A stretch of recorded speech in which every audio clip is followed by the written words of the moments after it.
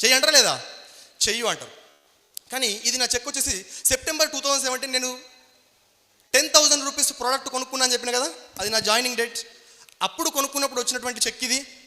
కానీ నేను పొద్దున్నెళ్ళి సాయంత్రం వరకు టోటల్గా జనవరి 22వ తారీఖు 2018లో నేను ఈ బిజినెస్ స్టార్ట్ చేస్తే 9 రోజులు నేను పనిచేస్తే నా చెక్ 1,303 రూపాయలు వచ్చింది. నేను మా మిస్సెస్కి ఎంత వస్తుందని చెప్పిన, ఎంత వచ్చింది? ఎంత వస్తుందన్నా? ఎంత వచ్చింది? చేయనిస్తారా బిజినెస్గా? నువ్వు ఈ బిజినెస్ చేసినావు అనుకో, ఈ డబ్బాలు మోసినావు అనుకో, రేపటి నుంచి రాకు అని అంటే నేనేమో ఇదే బిజినెస్ చేస్తాను కూడా వాడడం, ఆమెనేమో వద్దనడం. చాలామంది ఇళ్ళల్లో ఆగడానికి 100% ఫ్యామిలీ ఒప్పుకోకపోవడమే కదా, సార్ నో. కానీ అప్పుడు నేనేం చేసినంటే, ఆమెకు తెలియదు, ట్రైనింగ్కి పోయొచ్చింది నేను, మీటింగ్ విన్నది నేను, సార్ నో.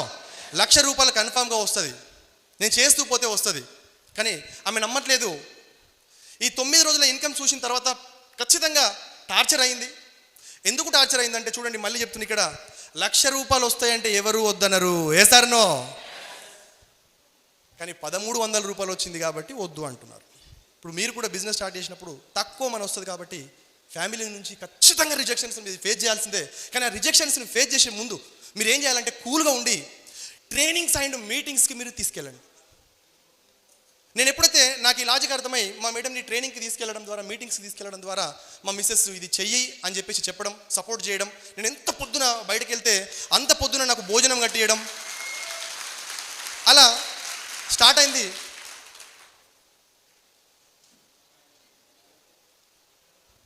బట్ ప్రాబ్లమ్స్, మా మిస్సెస్ నుంచి ప్రాబ్లం క్లియర్ అయింది.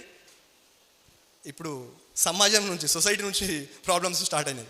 ఛాలెంజెస్ ఫేస్ చేసిన రీజన్ ఏంటంటే, నేను మీకు ఇస్త్రీ షాప్ గురించి చెప్పిన, కానీ దాని వెనకాల ఉన్నటువంటి చాలా ఆర్థికపరమైన, ఒక గోట్ ఫామ్ వేసిన ఫెయిల్ అయినా, చిట్స్ నడిపించిన డబ్బులు లాస్ అయినా, డైరీ ఫామ్ వేసిన ఫెయిల్ అయినా.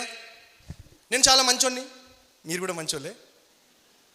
కానీ ఎప్పుడు పని పని పని పని అని నేను తిరిగే మాకు ఎలాంటి ఆస్తి లేకపోయినా కూడా జనాలు నాకు అప్పు ఇవ్వడం జరిగింది. ఈ అప్పు తీసుకొని బిజినెస్లు చేసిన ప్రతి బిజినెస్లో లాస్ వచ్చింది. టోటల్గా 35 లక్షల అప్పులోకి వెళ్ళిపోయినా. ఎంత? 35 లక్షల అప్పులోకి వెళ్ళిపోయినా.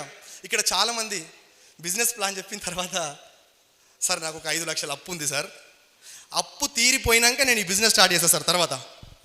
సార్ నో, మీకు అప్పు తీరేది మీరు ఈ బిజినెస్లోకి రారు 100%. 2 లక్షలు, 3 లక్షలు, 5 లక్షలు, 10 లక్షల రూపాయలు అప్పు ఉంటేనే చాలా భయపడిపోతారు. జాబ్ జాబ్ జాబ్ అని చెప్పి తిరుగుతూ ఉంటారు. ప్రతి సంవత్సరం ఆ అప్పు పెరుగుతుంది తప్ప తగ్గదు. Sir no.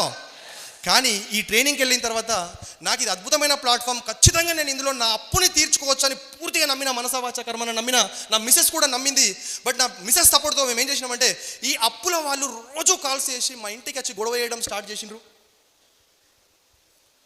మా మిసెస్ నేను వాళ్ళ ఇళ్ళకి వెళ్ళి, మాకు అద్భుతమైన ప్లాట్ఫామ్ దొరికింది, నెలకు 1,00,000 రూపాయలు ఖచ్చితంగా సంపాదిస్తా, నాకు ఒక 2 సంవత్సరాలు టైం ఇవ్వండి అని చెప్పి చాలామంది ఇళ్ళలోకి వెళ్ళి వాళ్ళ కాలు ముక్కడం. మేము ఇంట్రెస్ట్ ప్లస్ అసలు 2 కూడా ఒకటేసారి కడతాం, ప్లీజ్ టైం ఇవ్వండి అంటే, కొంతమంది మీరు చచ్చినా సరే మేము టైం ఇవ్వం, చచ్చిపోతే చచ్చిపోయిన అన్నారు. ఎలాంటి సిచ్యువేషన్ అంటే నరకం. అలాంటి నరకంలో కూడా మా టీం అందరికీ తెలుసు, ఏ ఒక్క రోజు కూడా నా మొహం మీద చిరునవ్వు తగ్గలేదు. Sir no. నేను ఈ బిజినెస్లో సక్సెస్ అవుతా, వీళ్ళు అప్పు తీరుస్తా. ఎవరైతే చనిపోమని చెప్పినరో వాళ్ళకు ఒక సమాధానం చెప్పిన, మీరు నాకు అప్పు ఇచ్చింది నేను తిరిగి మీకు ఇస్తాను. Sir no. మరి ఈరోజు నేను చనిపోతే మీకు డబ్బులు వస్తాయా అంటే, నేను మిమ్మల్ని మోసం చేసినట్టు కదా. నేను చనిపోను బై, నీ అప్పు తీరిస్తే చచ్చిపోతా. నేను నీ అప్పు తీర్చిన తర్వాత నేను చచ్చిపోతా. నువ్వు టైం ఇవ్వకపోతే ఇప్పుడు నా దగ్గర డబ్బులు లేవు, 2 సంవత్సరాల తర్వాత ఇవ్వకపోతే మీరు ఏమన్నా చేయండి, కానీ చనిపోవడం మాత్రం నేను చనిపోను అని చెప్పి స్ట్రాంగ్గా. అయినా సరే కొంతమంది, నేను ఇట్లా మీటింగ్స్ చేస్తూ ఉన్నప్పుడు కాల్స్ వచ్చేటి, బట్ నేను ఏమాత్రం కూడా చెక్కు చెదరకుండా ఆ కాల్స్ రిసీవ్ చేయకుండా మళ్ళీ బయటికి వెళ్ళి వాళ్ళకి సమాధానం చెప్పేది, మళ్ళీ వాళ్ళని వెళ్ళి కలిసేది. ఇలాంటి టార్చర్స్ మధ్య ఈ బిజినెస్ స్టార్ట్ చేసిన, మా భార్య మెడలో ఉన్నటువంటి బంగారం కూడా అమ్మేసి ఫీల్డ్ ఖర్చు చేసి, కానీ ఏ రోజు కూడా ఒక డౌన్ లైన్కి టైం ఇస్తే డబ్బులు లేవన్న కారణంగా నేను ఏ రోజు కూడా నా మీటింగ్ని క్యాన్సిల్ చేసుకోలే.